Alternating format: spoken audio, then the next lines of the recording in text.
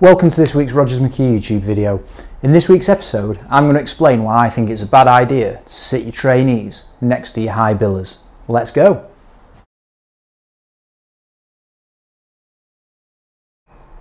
Welcome to this week's Rogers McHugh YouTube video. So in this week's episode, I'm challenging the theory that you should sit your trainees next to your high billers, your biggest billers, your high performing team members.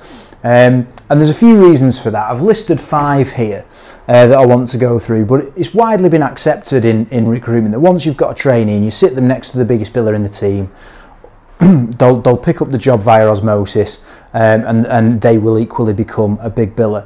And I'm going to explain why I think that may be the wrong way to do it, and why I don't think you'll get the best out of the trainee if you do that. So the first one, they're not banging the phones. So what your trainee won't see if they're sat next to the biggest biller in the office that's been with you for 5 years, is that 5 years ago they were speaking to 20 or 30 candidates first thing in the morning, the minute they came into the office, before they did anything. And that's obviously what you want your trainee to be doing as well. However,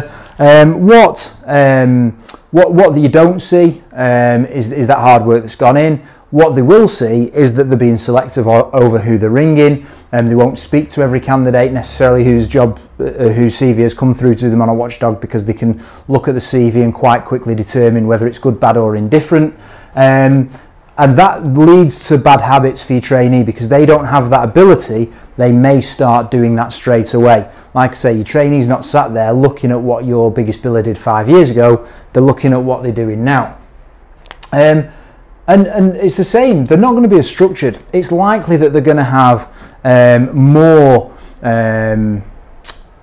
different tasks to follow. They're not going to be as structured necessarily. It may well be that you have sort of core sales times in the day. Your biggest biller might not adhere to those, because he might know that some of his clients he can get hold of outside of hours or at different times of the day. And once you start sitting next to the biggest biller and they're not doing the sales in the core hours of the day, they're not doing 25, 30 sales calls a day or whatever the target is, the trainee then doesn't do that, and they're not getting the leg up that your biggest biller had when they were doing all those sales calls 5 years ago. They might not follow the process. So what I mean by this is that you may have a clear sort of process in terms of when you've got a job in. It may be that you log it on the database. It may be then that it gets published onto the website, published onto the job boards. It may be then that you bring up a search for candidates and start speaking to candidates that are relevant in your database. There'll be a certain process that as a business you will follow when you've got a job in. It may well be that your biggest biller doesn't follow that, because they get a job in and they automatically know 4 or 5 people that'd be right for that job, because of the work they've done over the last 5 years of building the network and building their sort of internal Rolodex. For the younger viewers, a Rolodex is something that you had before phones, where you'd flick through cards and find the contact numbers. So they've got an internal Rolodex of candidates that they've built up over the last 5 years, and that they may well skip parts of the process just to get to the end result, because they're much more experienced in the role. The next one, and this is quite important, they're likely to be out of the office a lot. I'd certainly expect them to be out of the office a lot, whether that's because you now do a hybrid model and it's 2 and 3, so 2 days a week they're now working from home, or whether it's because they're out seeing clients and candidates, which, you know, as the biggest biller, you would expect them to be doing quite a lot, building those relationships, honing those relationships, maintaining those relationships. So what you find is that you've got a trainee that's sat next to your biggest biller. Your biggest biller's not in the office all day, and so effectively what you've got is you've got a trainee sat on their own. They're not learning anything by osmosis, because they're sat on their own.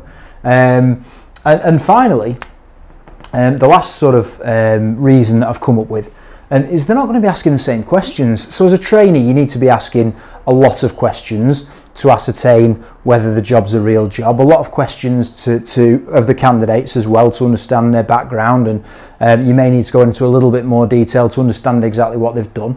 And again, as a big biller that's been in the business for 5, 6 years, whatever it may be, you can skirt around some of those questions because you may already know the answer, you may have spoke to the candidates before, you may not quite take as thorough a job spec because it may even be a client that you've worked with quite a lot, so you know there's a lot of information that maybe a trainee would need to get that your biggest biller doesn't need to get.